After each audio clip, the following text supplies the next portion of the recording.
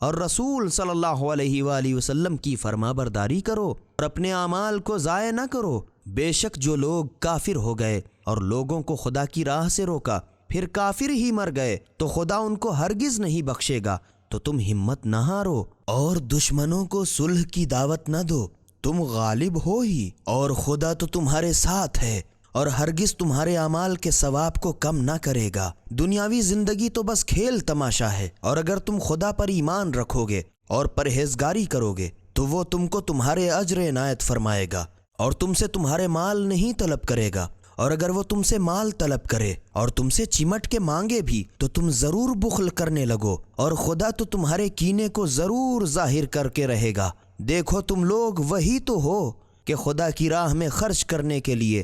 بلائے جاتے ہو، تو بعض تم میں ایسے بھی ہیں جو بخل کرتے ہیں، اور یاد رہے کہ جو بخل کرتا ہے تو خود اپنے ہی سے بخل کرتا ہے، اور خدا تو بے نیاز ہے اور تم اس کے محتاج ہو، اور اگر تم خدا کے حکم سے منہ پھیرو گے تو خدا تمہارے سوا دوسروں کو بدل دے گا اور وہ تمہارے ایسے بخیل نہ ہوں گے۔ سبیل قرآن، ہدایت کا راستہ۔